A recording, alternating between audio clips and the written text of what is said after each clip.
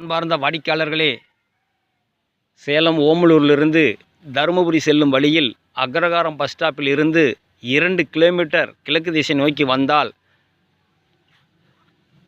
1.5 acre விவசாய தோட்ட பூமி விற்பனைக்கு வந்திருக்குது. பாருங்கள், அற்புதமான விவசாய தோட்ட பூமி. 1.5 ஏக்கர், ஒரு அழகான கிழக்கு திசையை பார்த்து புது மெத்த வீடு. பாருங்கள், காட்டுறேன் பாருங்கள். ஒரு கூட்டு கிணறு, ஒரு கூட்டு போரு, ஒரு கூட்டு ஃப்ரீ சர்வீஸு. இதுதான் இந்த 1.5 ஏக்கராவுக்கு சம்மந்தப்பட்ட சொத்துக்கள்.